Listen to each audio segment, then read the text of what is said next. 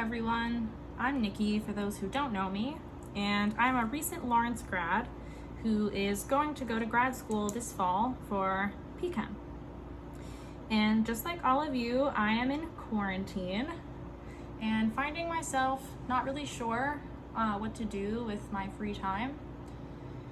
And I figured that making videos, solution manuals for the PChem problem sets would be a good way to practice for my future as a TA, and also just good for the class in general because this is a weird time for everybody. PChem is a really cohort-based class, and if you can't talk to Allison or your friend, that would be sad if you didn't get your questions answered, because I had a ton of questions always in PChem, and it's just good to have as many resources as possible. So I hope this helps. Contact me if you don't understand something. Quick note, I write in cursive, so I'll do my best to be as clear as possible with that. And one last thing, there's a little dog who lives below me. He's a yappy boy. Sorry if you hear him. Doing the best with what we got. Anyways, so to begin, the chapter 7 problem set, we'll look at, or in this video, we'll look at the discussion question 7.2 for the 9th edition and D7A.2 for the 11th. Explain why Planck's introduction of quantization accounted for the properties of blackbody radiation. Now, I think this is a really great question because first it's asking us to think about the dawn of quantum mechanics, which is fun. But this moment in history is one of the best examples of how if you have the wrong assumption, you are not going to get to the model that explains what we're observing. And that's what the core of science is, figuring out how to explain our observations. And in this case, classical mechanics, or CM, that I'm going to abbreviate it, had the wrong assumption. And that wrong assumption was the equipartition theorem,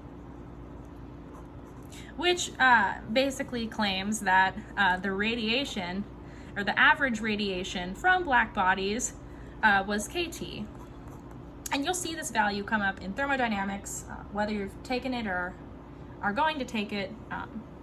It makes the math really easy to just say that all emitted energy is one average value, but as you already know, you're in this class, that's not the case.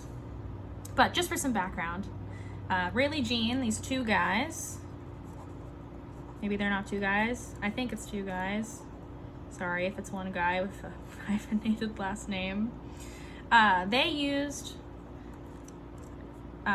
this assumption to come up with the Rayleigh Jean law. And there's some stuff in there, a lot of variables, but what you need to know for the problem is that the energy density is proportional to, that's what that symbol means, 1 over wavelength to the 4th. And if we actually draw the ultraviolet catastrophe, we see here we have energy density, wavelength, and remember high energy is over here because the wavelength is approaching 0, low energy over here. So this is what we observe, something like this. And Rayleigh Jean's was just shit. Experimental. Well, it wasn't really that bad. It was fine all the way up until low wavelengths. So it worked here, but this is the problem. This discrepancy is the ultraviolet catastrophe. How do we fix this? That's what Planck did. Well, here, I'll do QM over here, quantum mechanics. Before I get into that, let me just show really quickly over here why this is happening. So if we just look at the high energy, wavelength is going to 0, right? If you just think back to calculus for a second, if you have a fraction and you have any just numeral on the top, as the denominator gets way smaller than that, the resulting value is going to approach infinity. So mathematically, you can see just from this proportional relationship, which is all we need to know, as wavelength goes to 0, energy density goes to infinity. And that's not what we observe. This is the model that they came up with. Wrong. Need a new assumption. Thank you, Planck. So what Planck did was he said energy can't be emitted continuously, and we can't put it in an average. Energy comes in packets called quanta. Energy packets. And these packets of energy have discrete values. Not continuous, that's all discrete means, not continuous. So when we think back to energy, and we have a wavelength, or a frequency rather, we know that E equals hv, okay? But if this can't be continuous anymore, we need a new variable to account for only the multiples. This n is really crucial. So we have frequency, Planck's constant, and n is just any integer, doesn't matter, as long as it just takes the multiple of hv. And using this new assumption, we get the Planck distribution.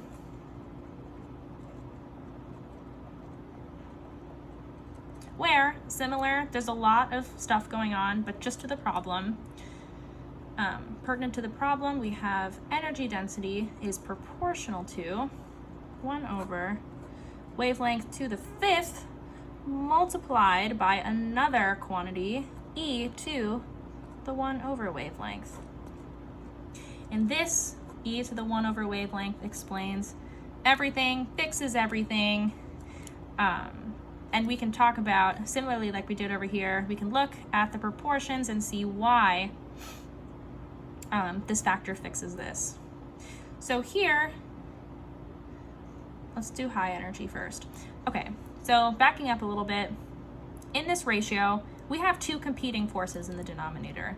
Over here, we just have 1, and that's fine, but over here we have 2. And in the situation where there's an exponential, this relationship is always going to go so much faster than when it's just multiplied by itself, okay? So, let's just look at this quantity first.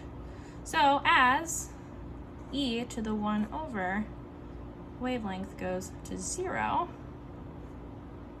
we get e to the infinity, which means we get infinity. So even though wavelength is going to 0, which might make you think, oh, well, if it goes to 0, then we should get infinity, that's wrong, because this crucial exponential fixes that. And this value goes to infinity so much faster than this goes to 0.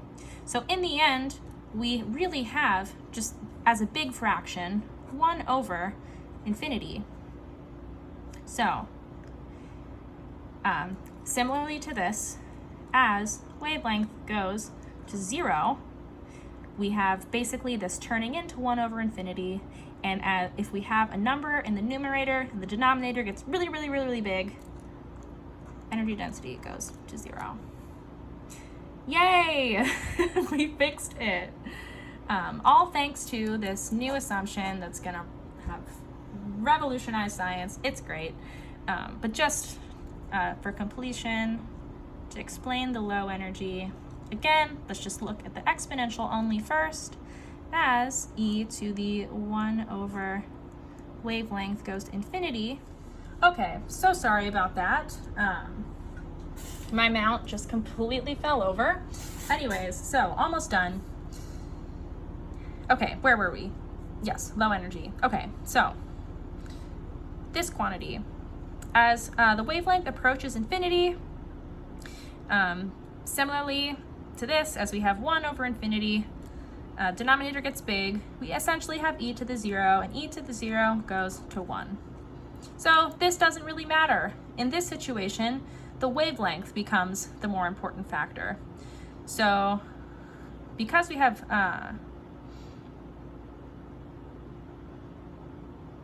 so this goes to 1, sorry. confused myself there for a second. So we have essentially 1 over infinity again, because we have wavelength goes to 0, and in this situation we get 1. So as wavelength goes to infinity, we get 1 over infinity for the whole thing, and again, energy density goes to 0. And that just mathematically explains how this new quantization assumption basically fixed the ultraviolet catastrophe.